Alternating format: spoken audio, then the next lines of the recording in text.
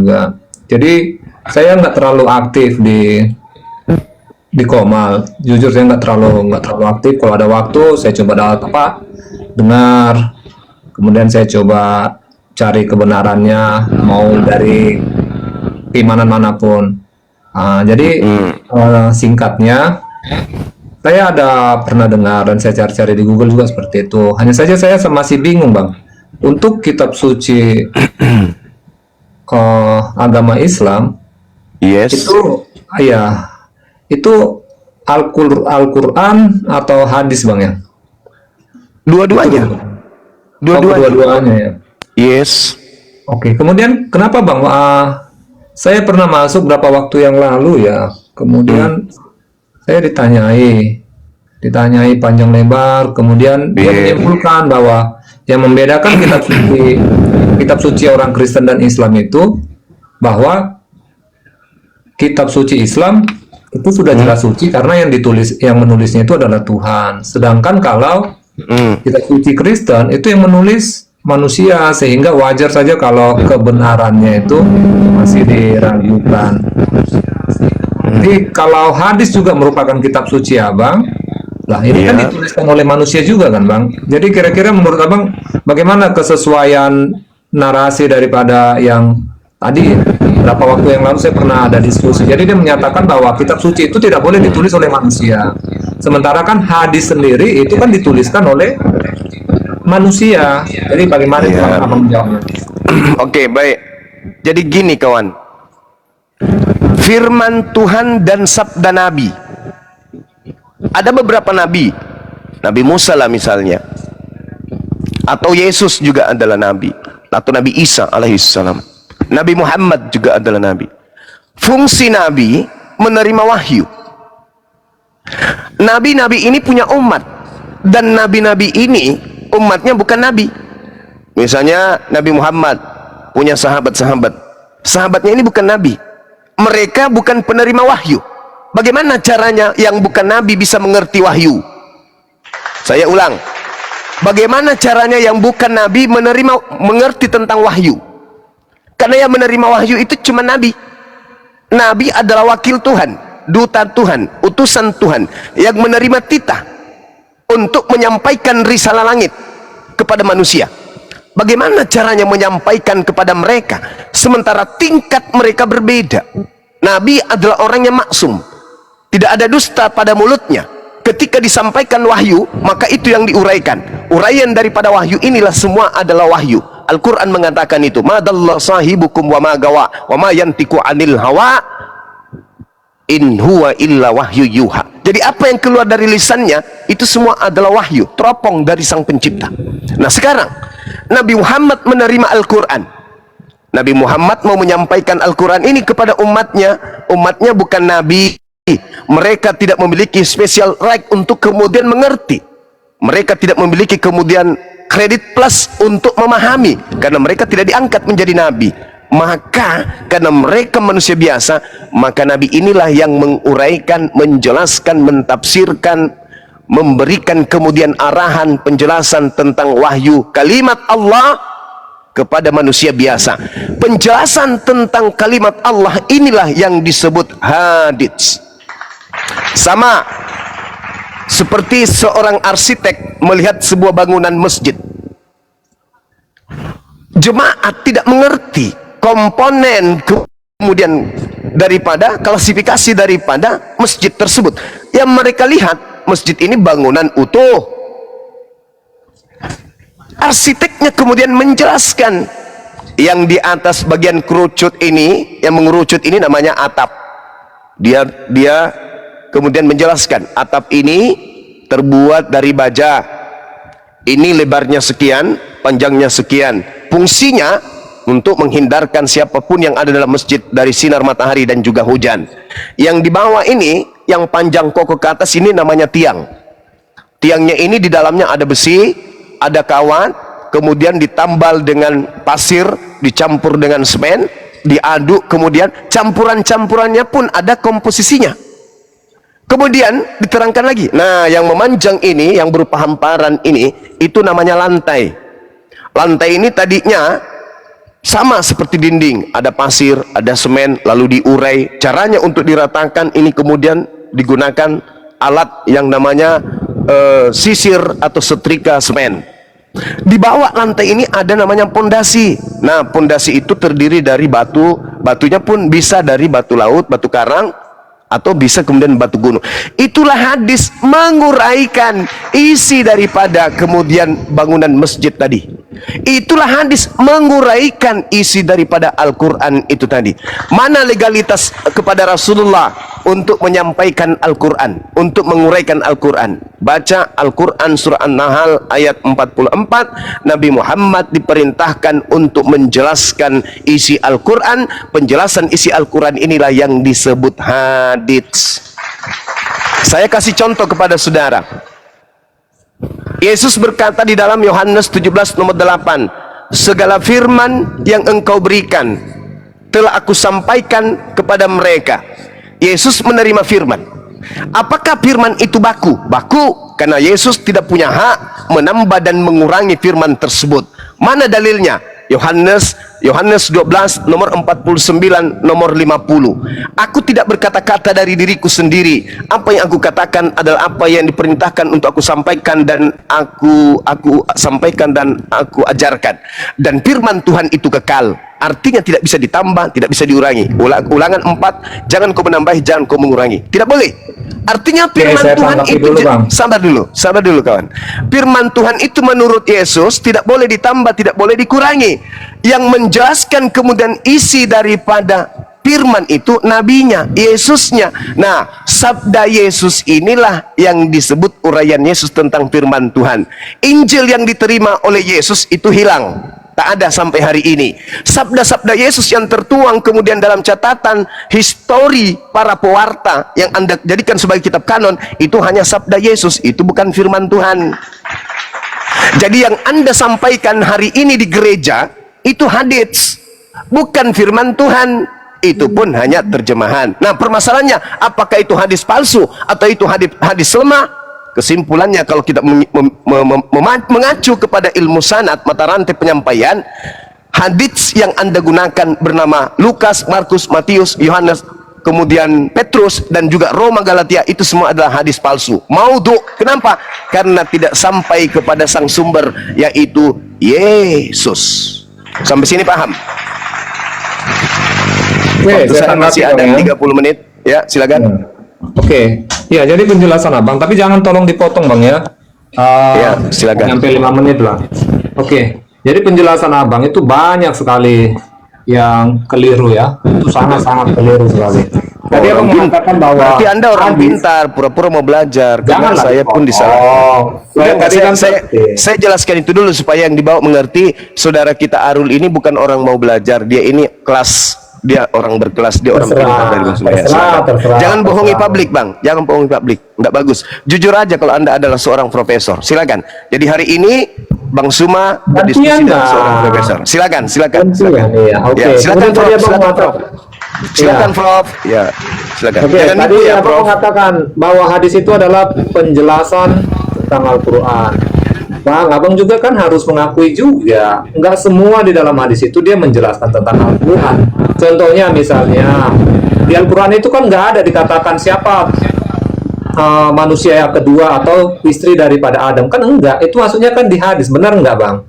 Itu kan, jadi itu kan bukan berupa penjelasan, tetapi apa yang tidak ada di dalam Al-Quran, itu ada nanti isinya di dalam hadis.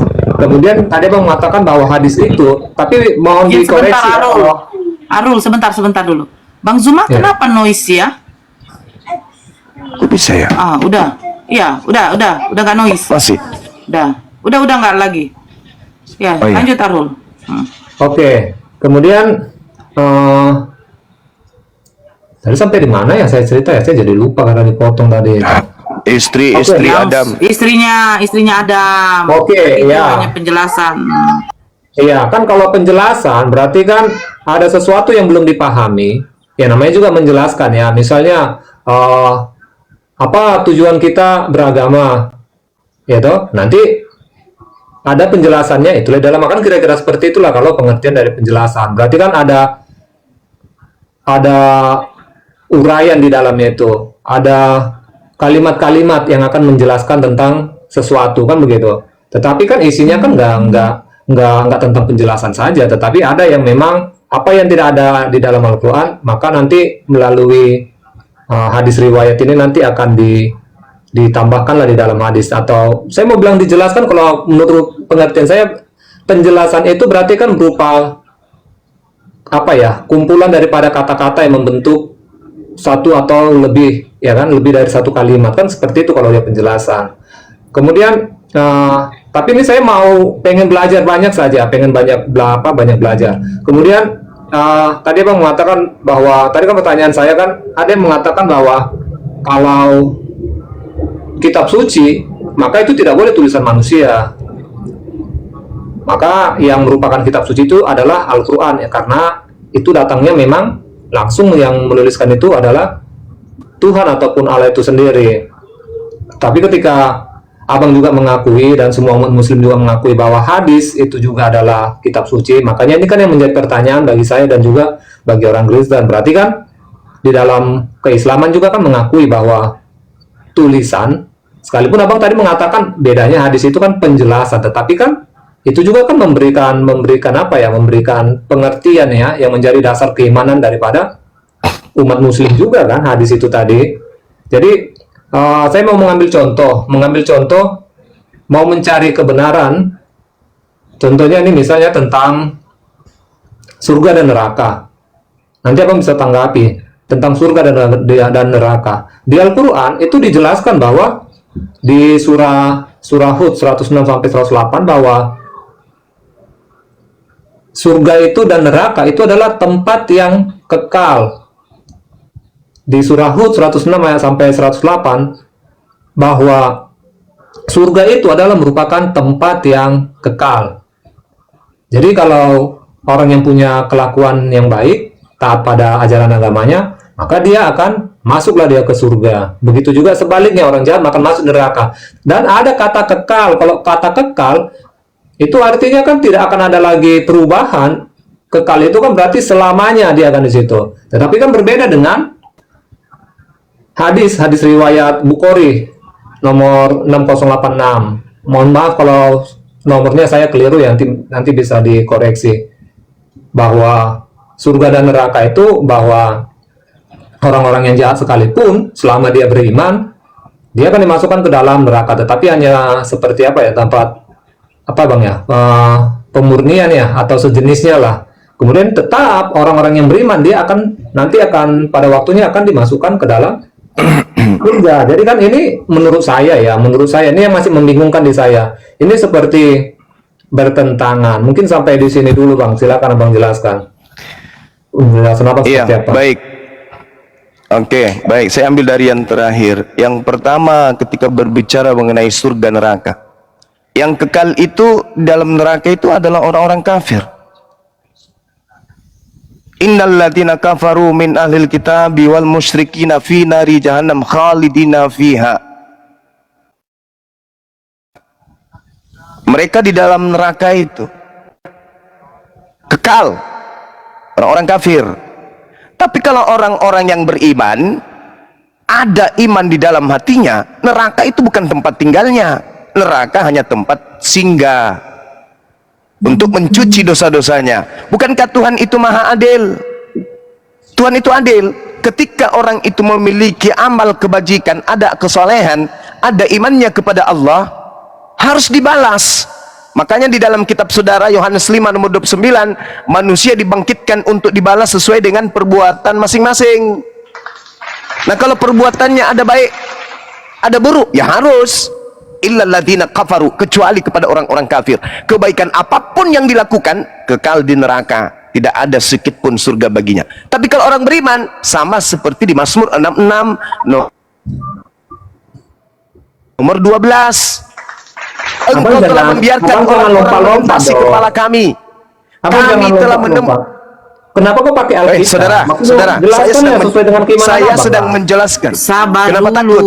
Kalau Anda seorang profesor, dengar. Kalau Anda seorang profesor, orang yang lebih paham dari Bang Suma, Sabar Maksudnya, dulu, kok ini abang ngambil giliran saya, rujukan- jangan kepanasan. Jangan Mau kepanasan. ngambil rujukan dari Ini saya Alkitab loh. mengutip, Ini kan saya mengutip dari kitabnya saudara kami Yahudi, bukan dari kitabnya Kristen. Paham? Mazmur itu bukan kitabnya Kristen. Sabar dulu. ya, saya menjelaskan. mengakui. Tapi kan abang kan harus Ya, itu- percaya diri dengan kitab suci abang menjelaskannya. Saya sudah menjelaskan. Bang Arul, Saya sudah sabar menjelaskan. dulu, Bang. Sabar dulu. Lanjut. Anda kan Kristen, tidak ada hubungannya dengan kitab Mazmur. Oke? Di dalam kitab Mazmur, ini sebagai Enggak, contoh Bang. supaya Jadi kalian nggak paham. nyambung loh. Minta Sabar maaf dulu. kan nggak nyambung. Saya kan penasaran. Saya sambungkan kawan. Beginilah cara Bang Su memberikan Bisa edukasi. nyambung, Bang. Bagaimana Kalau Anda Bang tidak pakai kitab sanggup Yahudi? kemudian boleh. Tidak ada paksaan. Anda boleh turun, tidak apa-apa. Saya hanya ingin memberikan edukasi kepada mereka yang mau belajar. Berarti kan abang nggak sanggup menjawab Oke. kan? Saya sedang menjawab ini. Saya sedang menjawab. Ya, saya lanjutkan ya. Untuk orang-orang Kristen yang masih mau belajar, dengarkan di dalam Mazmur 66 nomor 12. Engkau telah membiarkan orang-orang melintas di kepala kami. Kami telah menempuh api dan air, tetapi engkau telah mengeluarkan kami sehingga kami bebas dari api. Saya ulang dalilnya. Saudara-saudara Kristen yang masih mau kemudian disehatkan. Mazmur 66 nomor 12. Engkau telah membiarkan orang-orang melintasi kepala kami. Jadi orang itu melintas di atas siratal mustaqim. Kami telah menempuh api, artinya orang ini kemudian sudah disiksa di neraka. Tetapi engkau telah mengeluarkan, diangkat dia dari siksaan api neraka. Oke, paham? Berarti yang tinggal di dalamnya adalah yang kafir. Yang kafir. Makanya di dalam Al-Quran surah At-Taghabun jelas dikatakan di sana bahwa barang siapa kemudian beriman, ada iman di dalam dirinya, kemudian mereka beramal saleh, menyembah kepada Allah, beramal saleh, apa kata Allah? Dosa-dosanya dihapuskan, kemudian dimasukkan ke dalam jannah, surga. Yauma yajma'ukum liyaumil jam', dzalika yaumut tagabun. Wa may yu'min billah wa ya'mal salih yukaffir anhu sayyi'ati wa yudkhilhu jannah tajri min tahtihal anhar khalidina fiha.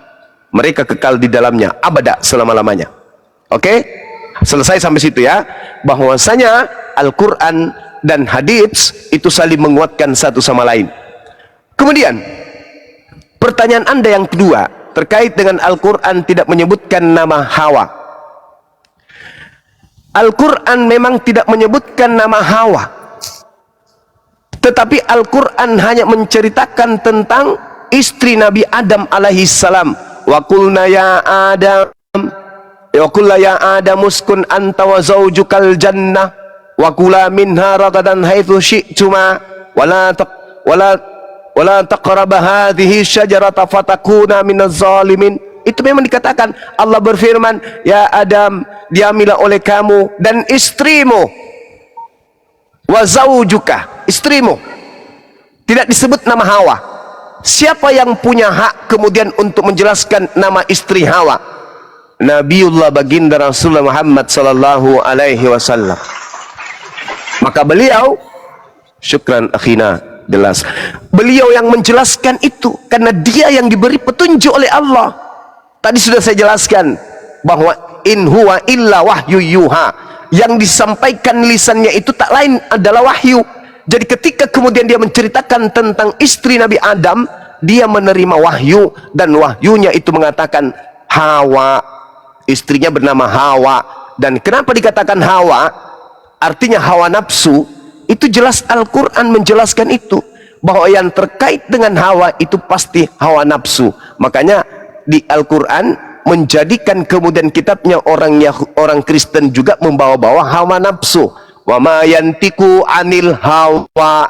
Al-Quran menyebut kata hawa. Apa arti hawa itu? Nafsu. Nafsu. Siapa yang menjatuhkan kemudian Adam dan istrinya? Iblis. Dengan cara apa? Dengan cara nafsu. Ma makna nafsu fil lugatil Arabiyah? Hawa. Berarti istri di sini adalah hawa, nafsu. Makanya Al-Quran wa ma yantiku anil hawa dijelaskan terang di situ. Nabi Muhammad, kul in kuntum bil bayyinati was subur wa anzalna ilaika dzikr litubayyana lin-nasi ma nuzila ilaihim wa la'allahum yatafakkarun. Nabi Muhammad diberi Al-Qur'an agar Nabi Muhammad menjelaskan, menguraikan, mentafsirkan isi daripada Al-Qur'anul Karim. Ketika dikatakan zaujah, istri, maka Nabi Muhammad kemudian menjelaskan nama istrinya adalah Hawa. Jelas. Kalau saya balik bertanya, dari mana Bible mengambil kata Hawa? Sedangkan di dalam bahasa Ibrani tidak ada kata Hawa.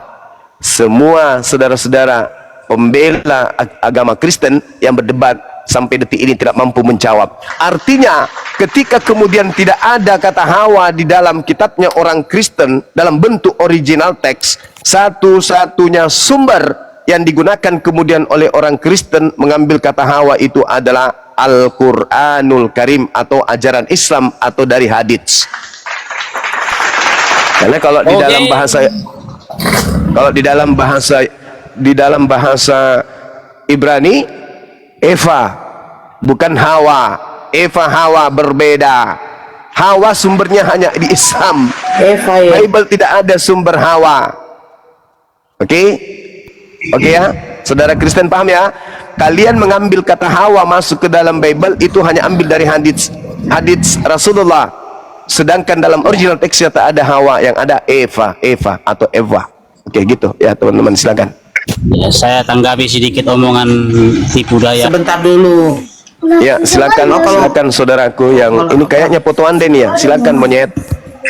Ya, saya tanggapi. Ya. Saya besarkan dulu bang. Ya. Itu makanya saya bilang tanggapi sabar dulu kau sedikit daripada kuturunkan tipu kau. Sabar Ya dulu kau daripada silakan. kuturunkan Jangan kau. emosi bang ya.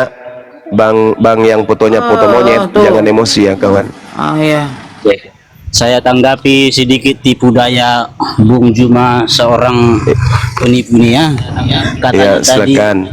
Katanya tadi saudara kami orang Yahudi, sedangkan di ajaran orang Islam janganlah kamu bersalaman dengan Nasrani dan Yahudi. Ya betul. Di mana itu dalilnya? Coba tunjukkan ke saya. Pura-pura bodoh padahal memang bodoh. Silakan dalilnya, silakan. Justru di dalam kitabmu itu Saya dengar. Jika kamu bertemu dengan mereka di jalan, maka persempitlah jalan mereka. Itu saat perang itu Itu sudah kawan. jelas diajarkan di agama Anda. Itu pada masa Kenapa perang Anda kawan. tidak percaya dengan agama Anda? Itu saat perang. Itu orang berperang boleh enggak? Berarti sekarang nggak berlaku. Nggak berlaku emang saat perang. Berarti nggak berlaku ayat itu sekarang. Iya, karena tidak perang. Kalau perang pasti berlaku lagi. Ayo. Oh, berarti Ayo. nggak berlaku ya sekarang ya? Iya dong. Kan nggak perang gitu sekarang. ya. Gimana dong? Iya. Nah, sekarang saya tanya. bertakya. Saya kembali bertanya samamu. Itu kan sudah jelas perintah. Janganlah kamu tidak ada Itu pada saat kamu berperang. itu masa perang. Tidak ada. Kawan, kalau Jangan saya baca Anda dalil menipu. perang di dalam Bible yang Anda pakai, Tidak ada bunuhlah di situ di setiap saat apapun yang bernapas. Kenapa kau tidak bunuh ada kami di sekarang? situ dikatakan di saat kamu. Nah, itu perang apa? Asbabul Itu wurudnya itu apa? jelas-jelas Asbabul wurud hadits itu apa? Ah, susah kan kau? Nggak bisa. Kalau dikatakan perang, ya jagonya perang di dunia ini siapa? Ya, perang masuk ke Indonesia, memerangi Indonesia sebelum merdeka 350 tahun. Indonesia apa? Agamanya apa? Nama Tuhannya siapa? Apa nama rumah ibadahnya? Kitabnya apa? Dah, sudahlah. Bulan puasa ini. Jadi gitu ya, sahabat-sahabat sekalian, adik-adik sekalian.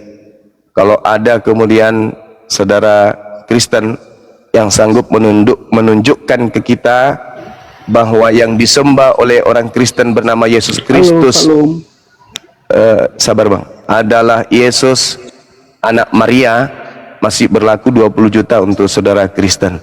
Saya ulang, siapapun yang mampu membuktikan dari Kristen, baik itu Edis, Pak Bom, RK, Sofiatul atau Kristen, Erben, siapa lagi? Kiamat.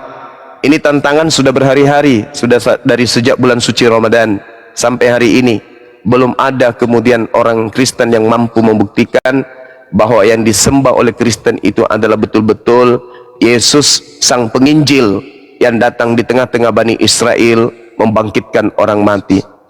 Hari ini ya, masih berlaku 20 juta bagi saudara Kristen yang bisa membuktikan bahwa yang datang kepada Paulus itu adalah anak Maria sang penginjil. Saya kasih waktu, silakan. Saya rehat 1 jam ke depan untuk ibadah Jumat. Kalau sudah ada nanti tolong Dinda Nora atau Dinda Faruk atau siapapun yang ada di sini boleh menginformasikan kepada Bang Zuma, sudah ada Bang yang mau membuktikan bahwa yang mereka sembah bernama Yesus Kristus itu adalah betul-betul sang penginjil yang dilahirkan oleh Maria. Saya akan siapkan waktu dan dana segera saya transfer, mungkin ke Dinda Nora, dari Dinda Nora nanti transfer ke teman kita Kristen. Dari saya 15 juta, dari Bunda Mila itu ada 5 juta. Silakan untuk sementara. Dari Taiwan Saya 5 lihat. juta, Bang. Berarti sudah 25. Kemarin ada yang ya ada yang WA. Wah, seru Oke, banget nih, Pak. Seru berarti nih. alhamdulillah sudah naik angkanya 25 juta. Iya. Karena ada dari saudagar kita yang ada di Thailand 5 juta, berarti 25 juta Taiwan. untuk saudara Taiwan. Ya, Taiwan, Kalimantan Timur. Barang siapa yang kemudian mampu membuktikan bahwa yang disembah, yang datang kepada Paulus itu adalah Yesus Kristus anak Maria, maka 25 juta meluncur untuk beli kuaci 1 kontainer. Demikian sementara, silakan diambil alih. Kalimantan gak tuh? Kalimantan Timur itu gimana ceritanya? Thailand kan? Taiwan. Oh, Taiwan. Oh, kalau Taiwan beda, itu mah Bogor. Kumaha tuh mah. Iyalah. Lanjut. Ya, silakan. Bang Zuma standby ya berarti. Apa tadi mau saya bilang ya, lupa. Ya, yang saya kembali lagi gaungkan bagi yang mau berinfak, bersedekah, kirim aja ke rekening Yayasan Apologet Islam Indonesia ya. Itu diperuntukkan untuk laporan-laporan kepada para penghujat dengan pergerakan dari yang terlapor. Semua pergerakan soal tentang penghujatan yang terlapor semua itu memang membutuhkan biaya. Mari kita menyupport saudara-saudara kita di situ dalam kerjanya, dalam kinerjanya untuk melaporkan para penghujat. Termasuk nanti kami akan mencoba untuk si Rasmi. Si Rasmi udah kelewatan, kurang ajar kau Rasmi. Ada otak kau. Itu kalau Nabi ke-26 itu gimana tuh, Bun? Dia di luar negeri, Bunda. Oh, dia di luar Susahnya. negeri, pantas. Itu Dia di jahat banget Belanda loh. sama si Metatron dia. Udah berkumpul mereka berdua. Metatron udah ke sana, Bundaku. Silakan nanti bukti TF-nya kirimkan ke saya. Tadi udah disebutkan nomor wawanya ya. Nomor wawanya tadi udah disebutkan. Kalau saya ulang lagi nanti takutnya rungkat itu Faruk.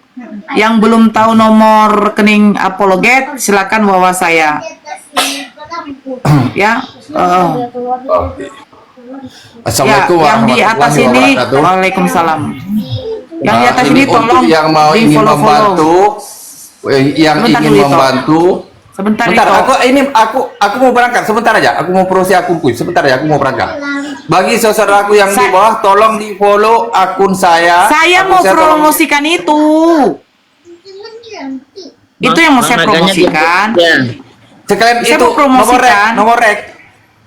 Enggak boleh, Kat. Itu Faru nggak izinkan. Makanya saya nggak sebut. Itu Faru nggak izinkan tadi. Itu Faru bilang jangan sebut. Makanya saya bilang tadi nggak bisa saya sebut. Dia kena karena itu. Jadi tolong semua yang ada di sini yang 1,4 tolong di follow akun Bunda Mila, akun Ito Naga, semua ya, akun yang ada di sini, akun Bang Delas. Barakallah Bang Delas ya atas supportnya, giftnya kepada abang kami Bang Zuma. Semuanya tolong di follow. User kamu Kristen apa Islam saya tidak tahu, saya turunkan lagi. Kalau Bang Wan saya sudah tahu pasti dia Kristen karena tadi udah mengucapkan salam. Semua akun di atas ini tolong di follow, termasuk juga akun saya Bunda Mila.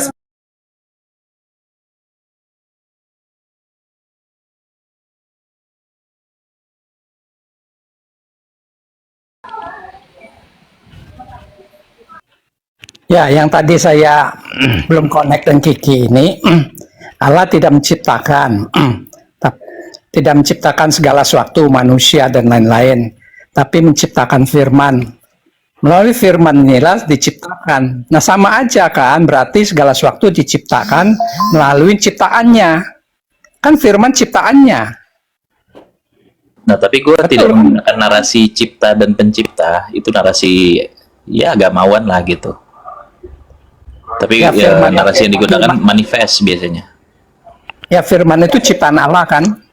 Betul nggak? Nah, karena begini loh, tadi kata yang paling pas bukan ciptaan, tapi hipostasis.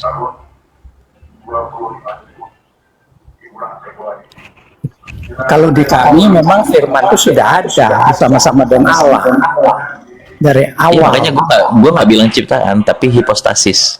Nah, bagaimana Bang Dewan memahami hipostasis? Cermin gitu.